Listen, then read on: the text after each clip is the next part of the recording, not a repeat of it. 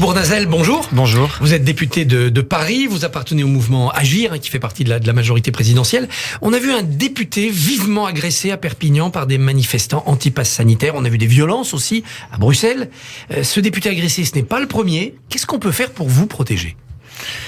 C'est pas le premier, malheureusement. Vous l'avez dit, je crois que les députés sont agressés comme le sont des professeurs, comme le sont des policiers, des pompiers. Au fond, on agresse l'autorité. Et je pense qu'il y a besoin de rappeler le respect dans notre République, dans notre démocratie, et de celles et ceux qui détiennent une forme d'autorité, quelle qu'elle soit. Et il faut se respecter entre citoyens. Il faut respecter la différence. Nous sommes dans une démocratie, la pluralité doit vivre, et quand on s'attaque à un député comme on s'attaque à un autre citoyen en fonction de ses opinions, ou qu'on s'attaque à une forme d'autorité, je pense notamment beaucoup aux policiers, aux professeurs et aux pompiers, eh bien on s'attaque à la démocratie et à la République, et la réponse doit être forte. C'est-à-dire qu'il faut durcir les condamnations pour ce type d'atteinte ? Il faut en tout cas mettre hors d'état de nuire ces personnes-là, et il faut qu'elles soient sanctionnées. Il existe dans le droit déjà des sanctions, et ces sanctions doivent tomber. Alors là, c'est particulier sur cette période, ce sont les antipasses sanitaires qui manifestent dans la violence. Est-ce qu'il faut interdire les prochaines manifestations anti-pass sanitaire ? Écoutez, ça, c'est une décision qui appartient au préfet, et c'est au préfet de mesurer le degré de dangerosité de ces manifestations. Moi, je suis pour la liberté, donc la liberté de manifester, mais à un moment donné, si évidemment il y a un risque de violence, eh bien ces manifestations doivent être interdites dans le cadre des règles du droit. Aujourd'hui, même le pass sanitaire devient pass vaccinal. En même temps, l'OMS nous apprend que la pandémie est sans doute en train de se terminer en Europe. Est-ce qu'on est au bout du tunnel ? Oula, moi je serais très prudent en la matière. Pourquoi ? Les signes sont bons. D'abord parce que les scientifiques disent eux-mêmes qu'ils ne savent pas tout sur l'évolution de ce virus et de ses variants. Et donc, moi, je suis très prudent en la matière. Ce que je crois, c'est qu'il faut se protéger. Se protéger, c'est la politique appliquée actuellement par le gouvernement, c'est la vaccination. Il faut convaincre chacun de se vacciner pour se protéger et protéger les autres.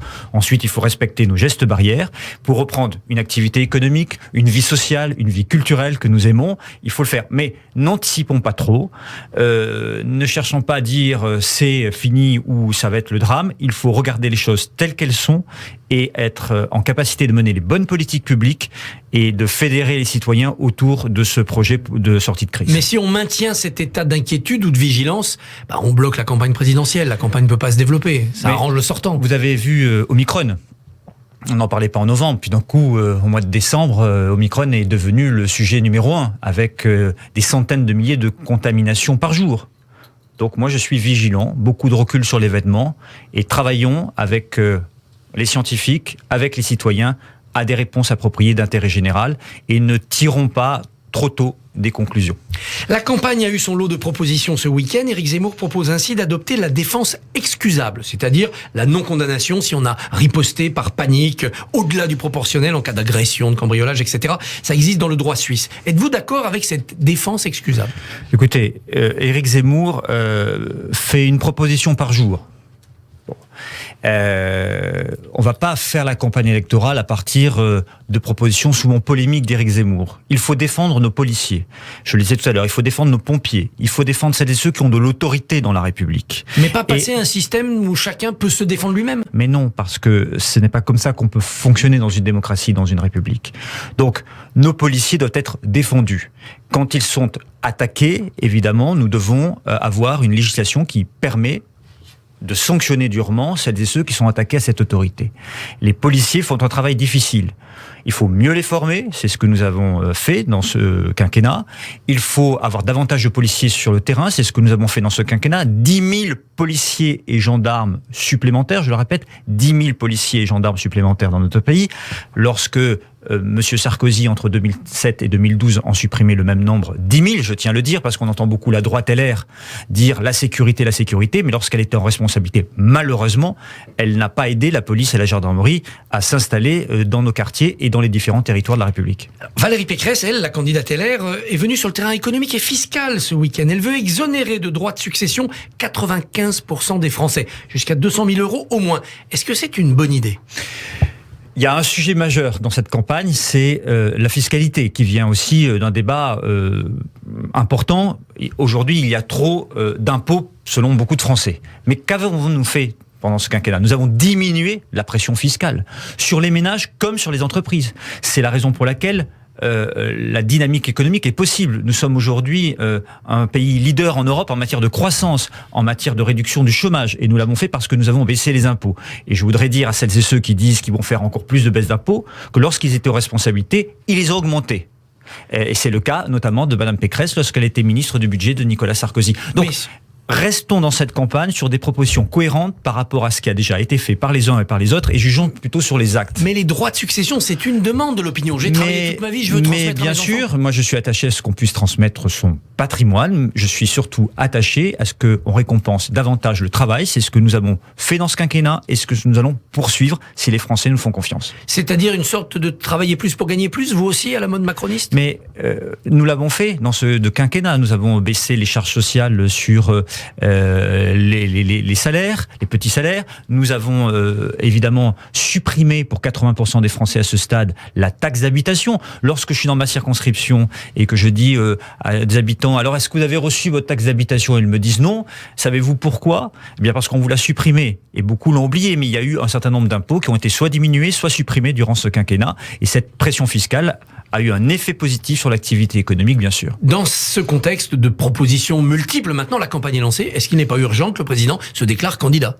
Le président décidera quand il le souhaite, mais ce temps va bientôt arriver. Et je suis en tout cas un de ceux qui souhaitent ardemment cette candidature pour défendre à la fois notre bilan, mais surtout présenter un projet d'avenir pour la France. Et je crois qu'il est le mieux armé pour défendre les intérêts des Français, les intérêts de la France dans les 5 ans qui viennent, dans un monde difficile qui bouge.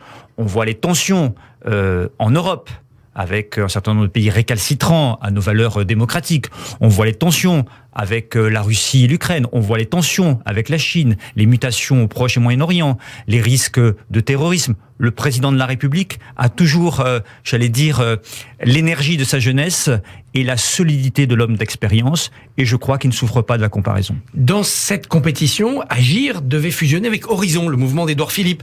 Mais Emmanuel Macron a dit non. Alors du coup, Édouard Philippe boude, il boycotte Ensemble Citoyen, la maison commune. Et la majorité aurait pu s'éviter cette scène de ménage, non ? Je vous rassure, tout va bien. Moi, je suis engagé auprès d'Édouard Philippe à Horizon, également. Je me suis clairement engagé. Je pense que Édouard Philippe est un homme d'État. Donc cette fusion reviendra un jour ou l'autre, vous serez dans la même maison. Cette fusion est de fait, parce que beaucoup d'élus, de cadres, de militants d'Agir ont rejoint Horizon. Nous sommes très bien dans cette majorité présidentielle pour soutenir Emmanuel Macron. Nous pensons qu'Emmanuel Macron a été un bon président de la République. Nous pensons qu'il sera demain un bon candidat pour être de nouveau un bon président de la République. Au fond, avec Édouard Philippe pour Emmanuel Macron. Vous défendez, vous soutenez un projet de loi du gouvernement sur la restitution des biens culturels volés aux Juifs durant la Seconde Guerre mondiale. Mais qu'est-ce que ce texte apporterait de plus que ce qui a déjà été fait ? Tout ça vient de loin. Il y a eu d'abord le discours de Jacques Chirac le 16 juillet 1995 qui a débouché sur la commission Mattéoli. Le gouvernement de Lionel Jospin en 1999 a créé une commission d'indemnisation des victimes de spoliation.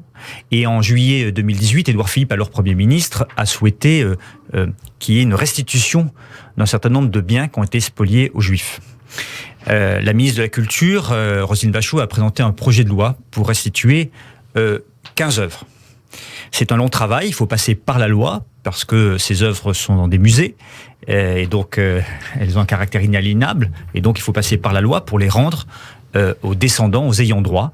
Et je pense que c'est faire œuvre de justice, de dignité, et je pense que c'est surtout l'honneur de la France de restituer ces biens à ces familles. Alors concrètement, ces 15 œuvres, les propriétaires sont identifiés avec certitude ? Voilà, sont identifiés, leurs descendants, leurs ayants droit, pourront bénéficier du retour de ces œuvres.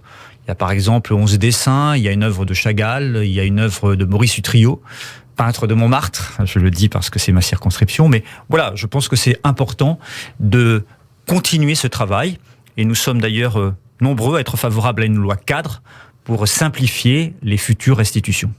Est-ce que la réunion des musées nationaux, est-ce que les divers musées concernés jouent le jeu ? Oui, c'est le travail de la loi de faire sortir de ces musées de France ces œuvres qui ont été spoliées avant la guerre et pendant la guerre, avec la complicité de l'État français. Que deviendront ces œuvres ensuite ? Est-ce que certaines des familles sont prêtes à les maintenir exposées au public ? Parce qu'on peut être propriétaire d'une œuvre et la laisser à destination du public. Il appartiendra aux familles d'en décider, puisque ces œuvres leur appartiennent. Voilà, elles leur seront rendues parce qu'elles ont été volées, elles ont été spoliées par la haine des Juifs et par cette volonté de destruction de ce qu'ils étaient jusqu'à la possession de leur œuvre d'art. Ce sont une quinzaine d'œuvres majeures. Combien y en a-t-il d'autres? Si vous faites une loi cadre, pendant combien d'années va-t-on trouver dans nos musées? C'est tout le travail. La loi cadre, ça sera pour simplifier la démarche de restitution, parce que ce travail-là n'est pas fini. C'est un travail au long cours, comme je le disais tout à l'heure, qui vient de la commission Mattéoli, qui avait été souhaitée par Jacques Chirac, qui a été poursuivi. Il y a une continuité au fond du travail de l'État. Je pense au gouvernement de Lionel Jospin, au gouvernement d'Édouard Philippe. Il faut poursuivre ce travail-là.